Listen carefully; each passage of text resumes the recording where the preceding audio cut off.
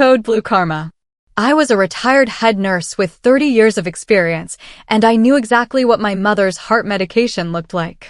The tiny blue pill that kept her irregular heartbeat steady was as familiar to me as my own reflection.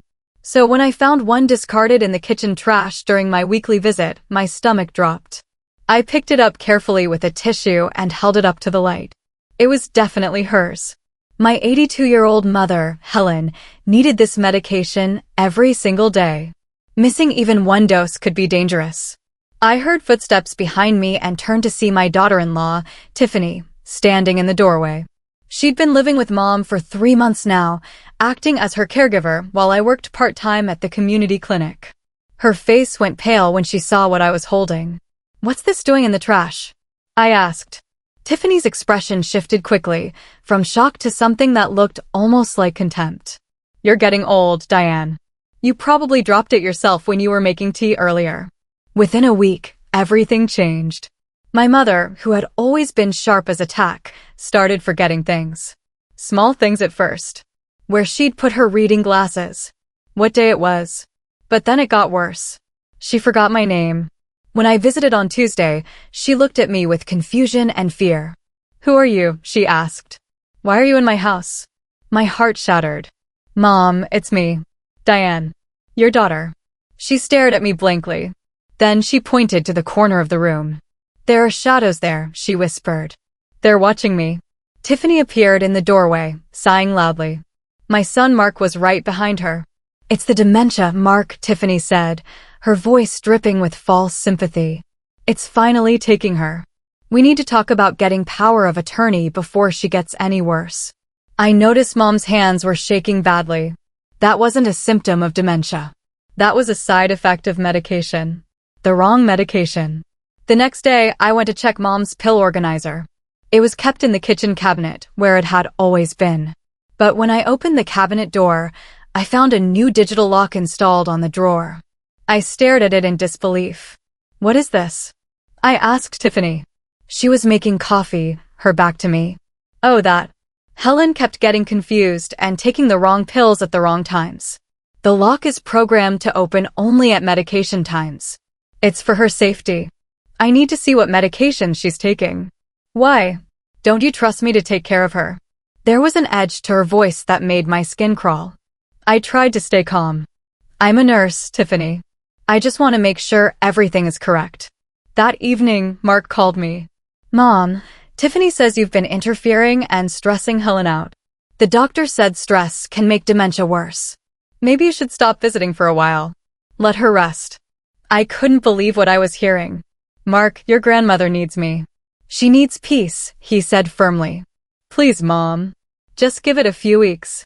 I didn't leave. Instead, I parked my car down the street where they couldn't see it and watched the house.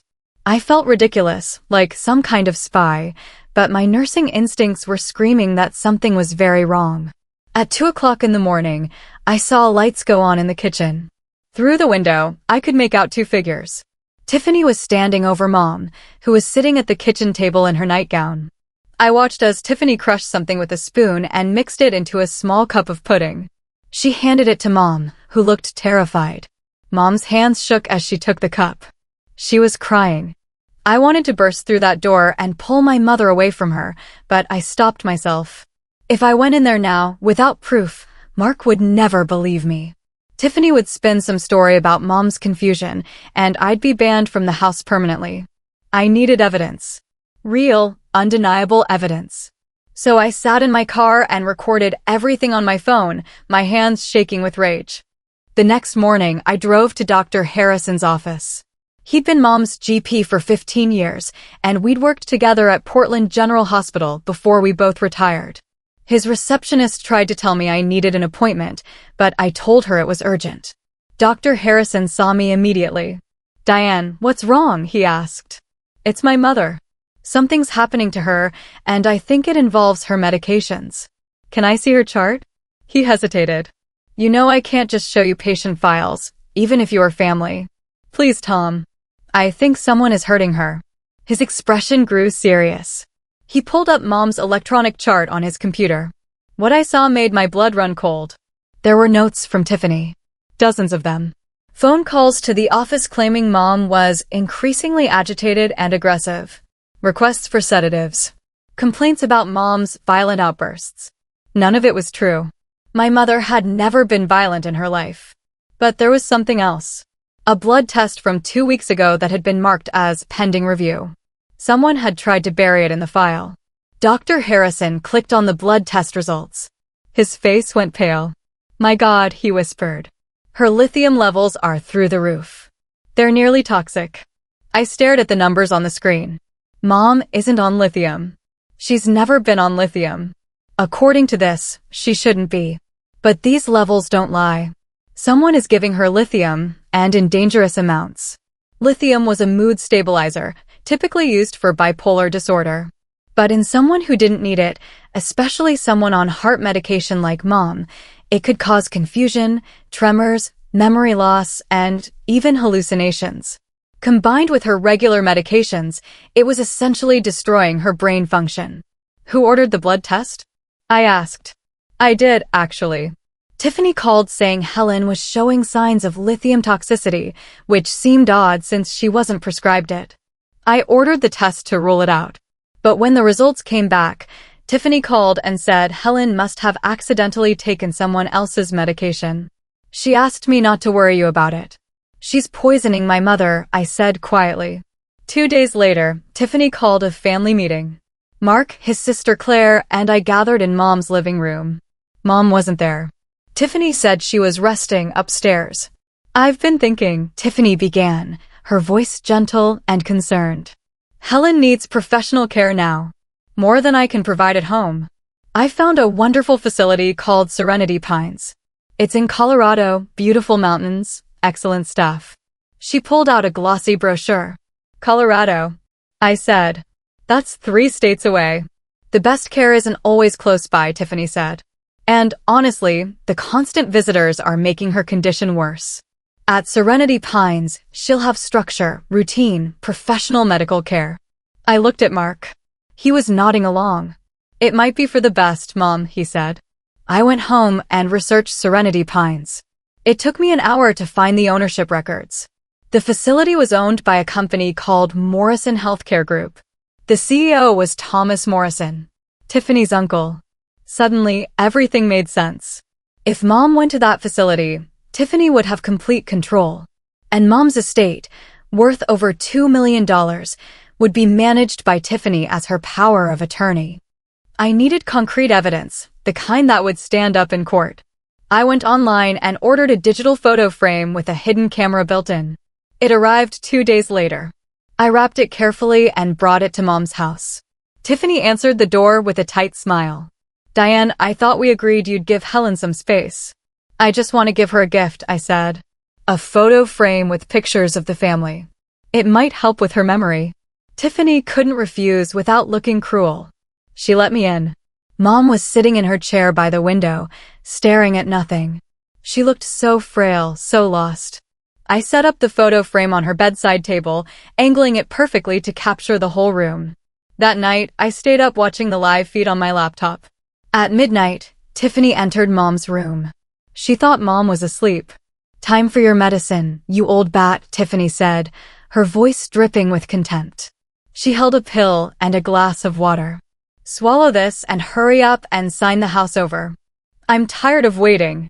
I watched Mom struggle to take the pill, tears running down her face. Tiffany's mask had completely dropped. This wasn't a stressed caregiver having a bad moment. This was cruelty. Calculated, deliberate cruelty. I recorded everything and saved multiple copies to different cloud storage accounts. The next morning, I showed the video to Mark. We sat in his office and I pressed play on my tablet. He watched in silence as Tiffany mocked his grandmother. When it ended, I waited for his reaction. "She's stressed," he said finally. "She's been taking care of Grandma for months with no help. People say things they don't mean when they're exhausted." I couldn't believe it. "Mark, she called your grandmother an old bat. She's forcing her to take medication. This isn't stress. You planted that camera to spy on my wife," he said, his voice rising. "This is entrapment or something. You're trying to ruin my marriage because you never liked Tiffany."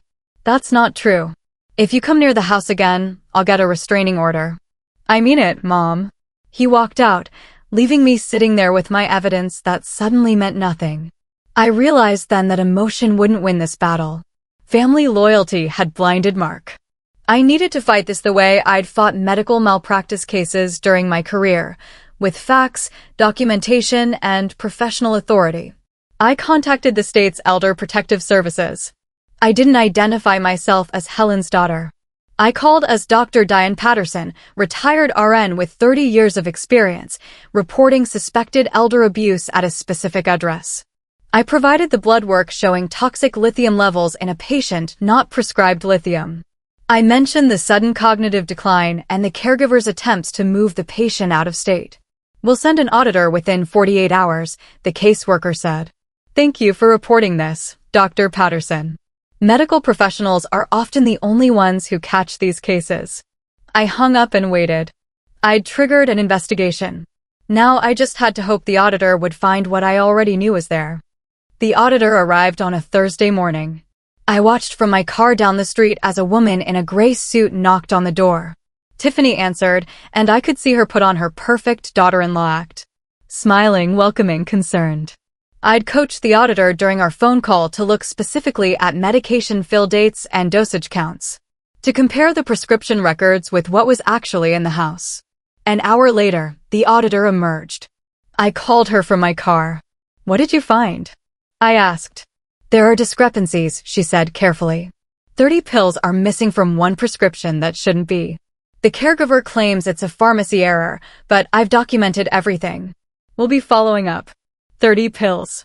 30 doses of lithium that Tiffany had been grinding up and hiding in Mom's food. The auditor's report would take 2 weeks to process. 2 weeks during which Mom was still in danger. I couldn't wait that long. Every Tuesday, Tiffany went to a yoga class at 11 in the morning. She never missed it. I knew this because I'd been watching the house for weeks. The following Tuesday, I waited until I saw her car pull out of the driveway. Then I used my key, the one I'd had since Mom moved into this house 20 years ago, and let myself in. Mom? I called softly. No answer. I found her in her bedroom, lying on the bed. Her breathing was shallow. Her skin was gray. Mom? I shook her gently. Her eyes fluttered open but didn't focus. This was bad. This was very bad. I didn't call 911.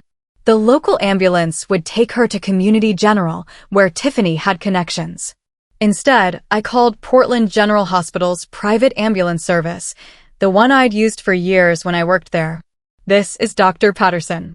I need an emergency transport to Portland General. Critical patient, possible drug toxicity. They arrived in 18 minutes. We got Mom on a stretcher and into the ambulance. I didn't call Mark. I didn't call Tiffany. I wanted Mom in my territory, where I still had colleagues and influence. At Portland General, I made sure Mom was admitted under my watch. I explained the situation to the ER doctor, an old friend named Dr. Collins.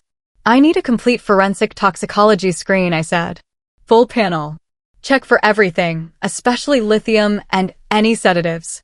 Diane, these tests are expensive.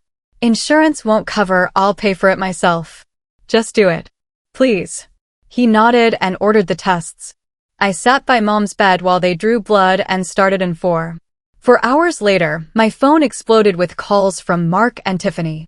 I ignored them until I was ready. When they finally arrived at the hospital, furious and demanding answers, I was sitting calmly in Mom's room with a clipboard. I'd changed into my old nurse's scrubs, borrowed from a colleague.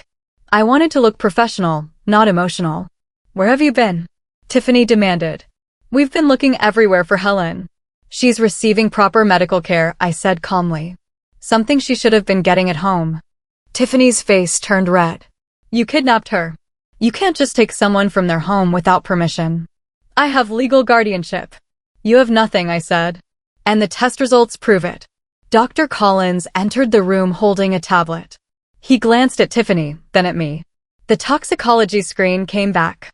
Elevated levels of lithium, unprescribed benzodiazepines, and evidence of deliberate heart medication suppression. The room went cold. Mark stared at the doctor, then at his wife. What does that mean? He asked. It means someone has been systematically poisoning your grandmother, Dr. Collins said. Tiffany's mask cracked. That's insane. Helen must have been hoarding pills, taking them when I wasn't looking. She's confused. She doesn't know what she's doing. The levels are too consistent for that, Dr. Collins said. This is deliberate dosing over weeks, possibly months. Tiffany pointed at me. She did this. Diane has access to medications. She's framing me because she's jealous that Helen chose me as her caregiver instead of her own daughter. I'd been waiting for this. I reached into my bag and pulled out a small evidence bag. Inside was a pill crusher and a plastic bag containing crushed medication. I found this in your purse, I said to Tiffany, when you left it on the counter at Mom's house last week. That was a lie. I'd found it in her designer handbag this morning when she'd set it down in the waiting room. But Tiffany didn't know that. You went through my purse, she shrieked. That's illegal. That's invasion of privacy. Actually, I didn't touch it, I said calmly. I simply pointed it out to hospital security as potential hazardous medical waste when you set your bag down. They're required to investigate. The security guard I'd worked with earlier stepped into the room. We documented the contents of the bag at 11:30 this morning, he confirmed. Multiple crushed pills, a pill crusher, and a handwritten schedule of medication times. Tiffany's face went from red to white. Mark was staring at her like he'd never seen her before. The silence in the room was deafening. Mark looked at his grandmother, hooked up to 4 lines and monitors, her breathing assisted by oxygen. Then he looked at his wife. Tiffany, he said quietly. Tell me this isn't true. She opened her mouth, closed it, then opened it again. I could see her calculating, trying to find a way out. But there was no way out. The evidence was overwhelming. You don't understand, she said finally. I did this for us. We were drowning in debt because of your failed business. Your grandmother was just sitting on all that money while we were about to lose our house. Mark's face went pale. What are you saying? She's old. She doesn't need all that money. She doesn't even remember who we are half the time. I was just trying to speed things up a little, get power of attorney so we could access the funds before it was too late. You poisoned my grandmother, Mark whispered. For money. Dr. Collins had quietly pressed the record button on his tablet. The hospital required documentation of all patient-related conversations. Every word Tiffany had just said was recorded. The police arrived 30 minutes later. I hadn't called them. The hospital's mandatory reporting system had. Any suspected case of elder abuse was automatically reported to law enforcement. 2 officers entered the room, and Tiffany immediately started crying. Officers, thank God you're here. This woman has been harassing me for months. She's trying to frame me for something I didn't do. But the senior officer, a woman named Officer Hayes, looked at me. Dr. Patterson? We've met before. You testified in the Morrison elder abuse case 3 years ago. I remembered. Yes, I did. What's the situation here? I handed her the toxicology report, the security documentation of Tiffany's bag contents, and the video from the hidden camera. She watched it right there, her expression growing darker. When she looked up at Tiffany, there was no sympathy in her eyes. Ma'am, you're under arrest for elder abuse and attempted fraud. As they handcuffed Tiffany, she started screaming. This is all Diane's fault. She gave me the pills. She told me to do it. The accusation hung in the air like poison. Officer Hayes looked at me sharply. Is that true? No, I said firmly. I've never given Tiffany any medications. She did. Tiffany screamed. She told me it would help Helen go peacefully. She sent me emails explaining exactly how to do it. Check her computer. My stomach dropped. This was a sophisticated frame-up. Officer Hayes looked at me with new suspicion. We'll need to examine your computer and email records. Of course, I said. I have nothing to hide. But over the next 2 hours, as the police dug deeper, they found emails. Messages from my email address to Tiffany, dated over the past 3 months. Detailed instructions on which medications to use. Dosages. Times. The emails even included phrases like, she won't suffer, and this is the kindest way. I read them in horror. I didn't write these. I never sent these messages. The metadata shows they came from your IP address, Officer Hayes said. For the first time, I felt real fear. Mark stared at me. Mom, did you do this? No, I said firmly. I would never harm my own mother. Someone forged these emails. Tiffany smiled through her tears. Why would I forge emails that incriminate both of us? That makes no sense. She was right. It didn't make sense unless you knew what I knew about Tiffany. She was trying to create reasonable doubt, to drag me down with her. Officer Hayes looked between us. We'll need to bring in digital forensics. Please do, I said. I pulled out my phone and opened my calendar. Look at the dates of those emails.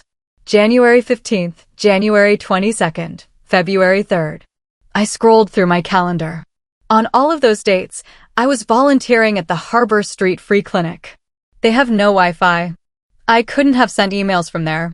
I called the clinic director, who confirmed my volunteer schedule. Every date matched. Then I did something I'd been preparing for. I opened my laptop and showed them my browsing history, my sent folder, everything. I keep detailed logs of my computer usage. It's a habit from my nursing days. Here's every email I've actually sent in the past 6 months. The digital forensics expert arrived at midnight. The forensics expert, a young woman named Ashley, worked through the night. I sat in the hospital waiting room, drinking terrible coffee and praying. At 6 in the morning, she emerged. The emails were sent from a laptop registered to Tiffany Morrison, she said. She used a VPN to make it look like they came from your IP address. But the VPN software was installed on her computer. The original files are still in her cache. Relief flooded through me. She tried to frame me. Yes. And she did a decent job, but she made one mistake. She used an AI voice cloning program to create fake voicemails from you as well. But the program left a watermark in the audio file metadata. Officer Hayes looked at Tiffany with disgust. Anything else you want to confess to? Tiffany said nothing. But her uncle did. Thomas Morrison, the owner of Serenity Pines, showed up at the hospital that morning with his lawyer. He'd heard about Tiffany's arrest and was terrified. I want immunity, he told the police. I'll tell you everything. What he revealed made me sick. Thomas Morrison sat in the hospital conference room and confessed everything. Tiffany approached me 6 months ago with a plan. She said her husband's grandmother was old and rich, and she wanted to get control of her estate. He rubbed his face. She asked if I'd take Helen into Serenity Pines once she got power of attorney. She said she'd pay me 20% of the estate if I made sure Helen never left the facility. You agreed to imprison an elderly woman? Officer Hayes said. I didn't think she was serious. But then she started sending me updates. She told me she'd done this before. My blood ran cold. What do you mean before? Thomas looked at me. Her own grandmother died 2 years ago under suspicious circumstances. Tiffany was her caregiver. The death was ruled natural causes, but there were questions about medication errors. The police investigated. They found that Tiffany's grandmother had died from an overdose of heart medication. Tiffany had inherited $70,000. That money was gone now, spent on Mark's failed business and Tiffany's shopping habits. So she'd moved on to her next victim. My mother. 3 days later, Mom woke up. Without the lithium and sedatives in her system, her mind began to clear. I was sitting beside her bed when her eyes opened and focused on me. Diane, she said. Her voice was weak but clear. I'm here, Mom. Tears rolled down her cheeks. I thought I was going crazy. I couldn't remember things. I saw things that weren't there. You weren't going crazy. Someone was poisoning you. She closed her eyes. Tiffany. I knew. I tried to tell Mark, but I couldn't make the words come out right. Over the next week, Mom's recovery was remarkable. The dementia vanished completely. She was sharp, angry, and ready for answers. When I told her about the money Tiffany had already stolen, her face hardened. How much? $50,000. She had access to your checking account as your caregiver. She wrote checks for medical expenses and home modifications that never happened. Mom's hands clenched into fists. I want her prosecuted for every penny. I had one more card to play. 6 months earlier, when Tiffany had first started talking about becoming Mom's caregiver, she'd wanted to be added to the house deed. Just in case something happens, she'd said. So I can make decisions quickly. Mom had agreed. We'd gone to a lawyer to draw up the paperwork. But I'd made a mistake when filing the documents.